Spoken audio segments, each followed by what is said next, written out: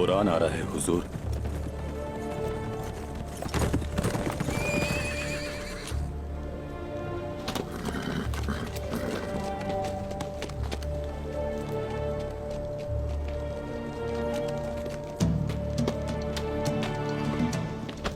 आका, खैरियत है बोरान?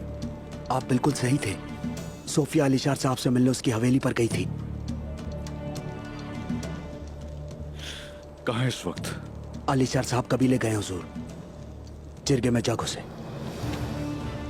क्या कह रहे हो बोरान? काफिरों के काफिले पर हमला करने पर दुंदार साहब की बेइज्जती की। अलीशार साहब का क्या ताल्लुक इससे? चाचा का जवाब क्या था? क्या कह सकते हैं, सरदार के सामने अलीशार साहब ने पतूर को थप्पड़ मारा और वो कुछ ना कह सके।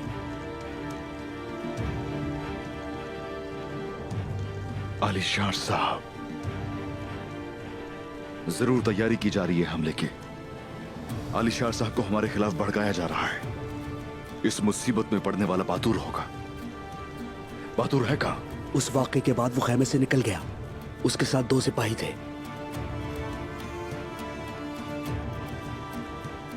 मुझे पता है कहां है। सिर्फ ये डर है कि खुद को नुकसान न पहुंचाए। सिपाही कहां है? खबर भेज दिए, वो आ रहे होंगे। फौरन पहाड़ी की तरफ आ जा। जैसा आप कहें।